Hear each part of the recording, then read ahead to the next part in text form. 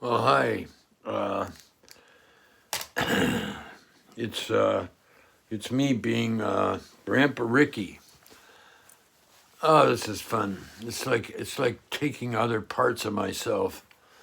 And my friend Kevin sent me a letter about his daughter, and his daughter's had trouble sleeping and sleepwalks and wakes up, having these dreams. And he said, do I know anybody that can help? And I do know some people that can help, but unfortunately they're very expensive, and there isn't enough money in the Grandpa Ricky Easier Fund to provide you with enough money, or provide Kevin with enough money to get help for his kids.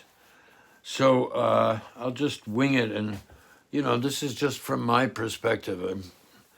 I'm probably wrong, like I'm wrong about most things, and I'm sometimes right about stuff too. So um, Kevin, this is for you and anybody else who might find anything useful.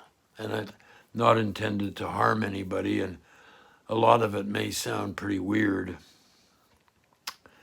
But I know that you and your sweetie have a lot of Irish ancestors, or perhaps all uh, Irish ancestors, and that's getting rarer, rarer as people mix it up from other places while they come to places like America, or immigration or refugeeing happens in their home country.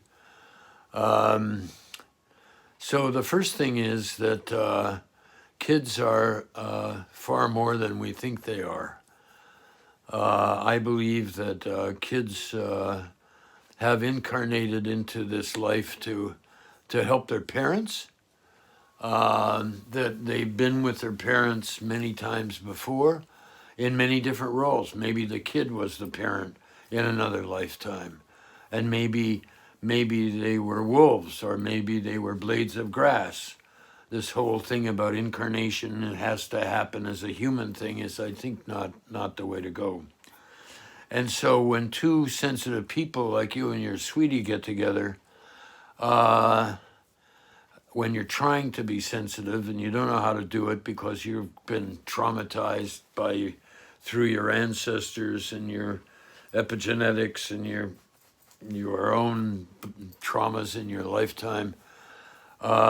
And when kids come into this world, I believe, with the help of a lot of teachers, by the way, um, I believe that they come in with gifts. They come in with their own past traumas to heal. And the idea of healing a trauma, and it may be one of the reasons people sign up for a lifetime they're going to be traumatized, is that they're trying to heal that kind of energy so they can be a healer and a teacher and a visionary and a warrior, and so they can help other people. And it was sure true for me. And so here's this little baby, and the baby is so porous, more porous than you could imagine. Uh, I mean, just imagine that you're the whole kid is in an egg, and the egg has just got millions and billions of holes for other energies to come into. And people used to call him, oh, he's possessed by spirits. Now the spirits are already in him. They've come in when when she was conceived, or when she was inside her mummy, or when she was born. Kids with birth traumas are usually that's their first trauma that they've got to heal. And so here's this kid comes in, and the kid can't sleep. Well, big deal. You can't. I try sleeping if you've got a whole lot of stuff coming at you, and nobody knows it's there. And then there's your anxiety wanting your kid to have what you didn't get or didn't get enough of.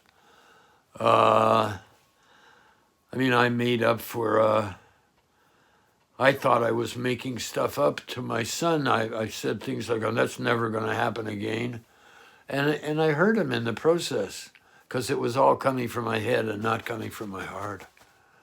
I wasn't even in touch with my heart. I was so traumatized as a young man, a teenager, young father.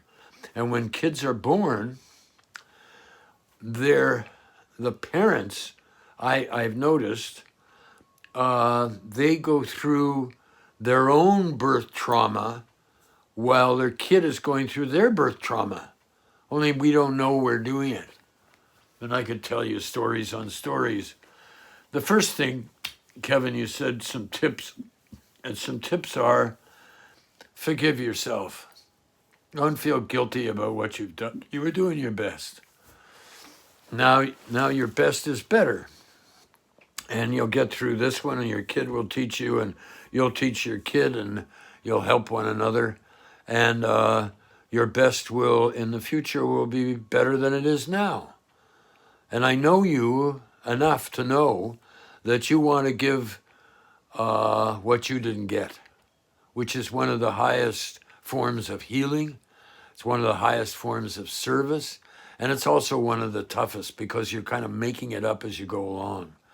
And I don't know if you've noticed or not, but you, I think, are one of those people who is very empathetic, and you would feel other people's pain sometimes before they were feeling it. Sometimes you would know stuff and you didn't know how you knew it.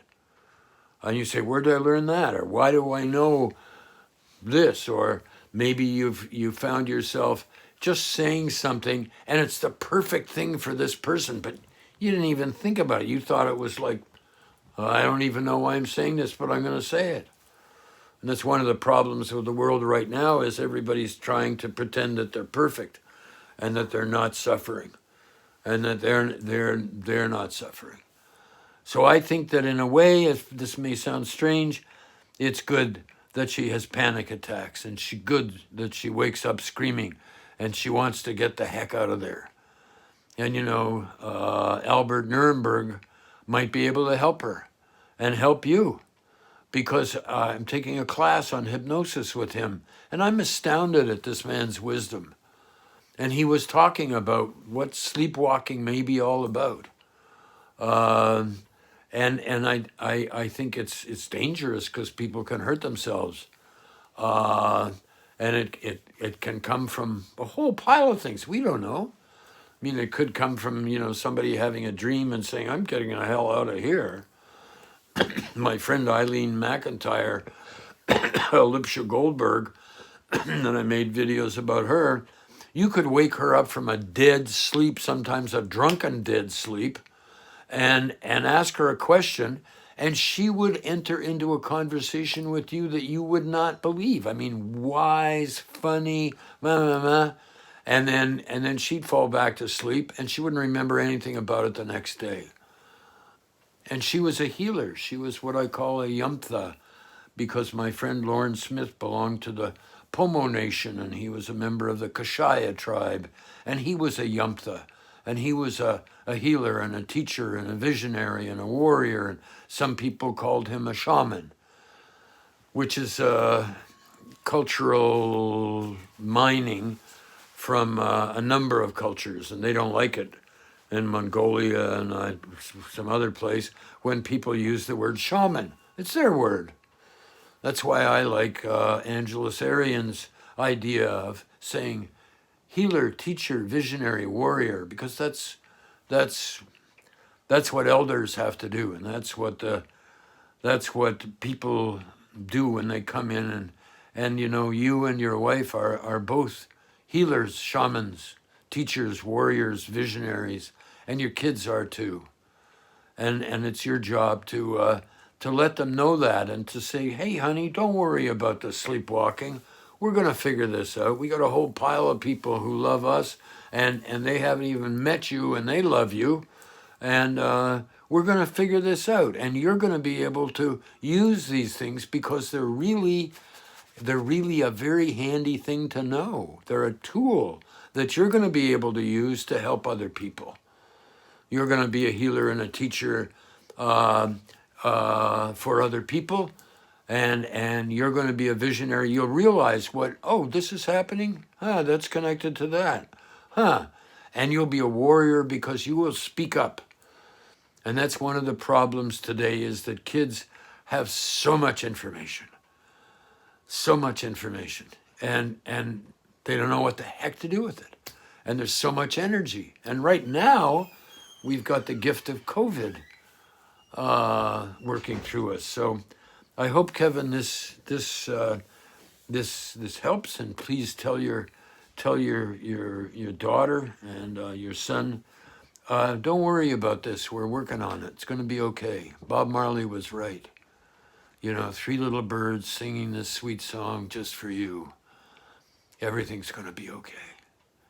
And that's what they need, is assurance. And that's why I don't like it when people find an expert and they get a lot of money. I mean, can you imagine? There are some people that they're charging like $500 an hour to somebody who's up shit creek, and most often doesn't have enough money. Hardly anybody's got enough money these days.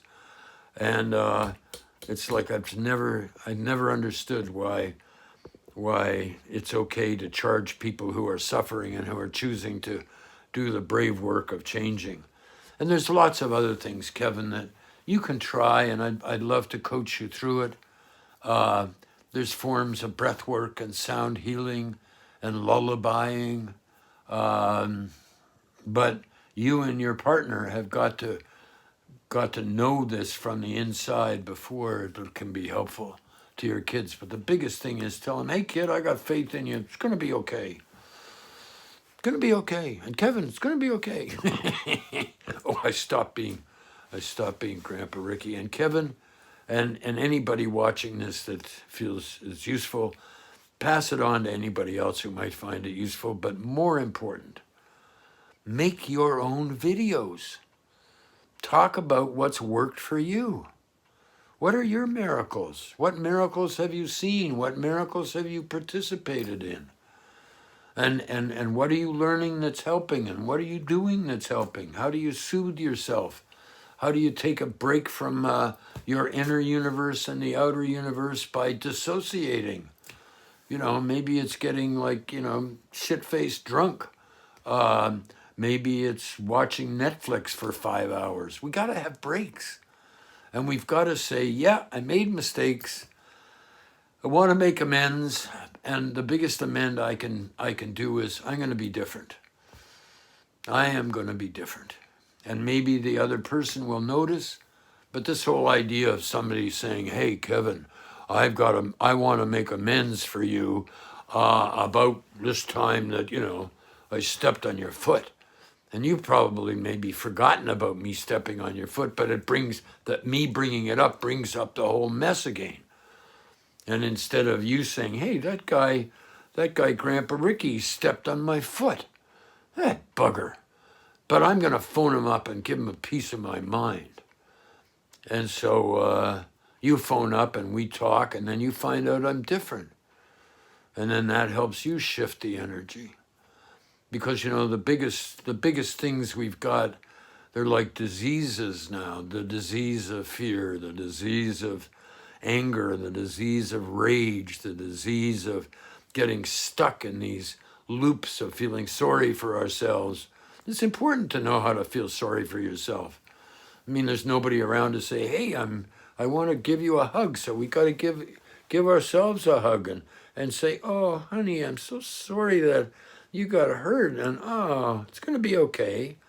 It's like my grandmother once held me for like 5 hours. And I was a little kid, and I'd cut my chin, a huge big gash under here. It's a great scar. And she was 40 miles from a doctor. She'd been brought up in the country, so she just made herself comfortable and then put me on her lap in a wicker rocking chair. And she just did this. She figured out how she could hold the skin together for hours. And then she'd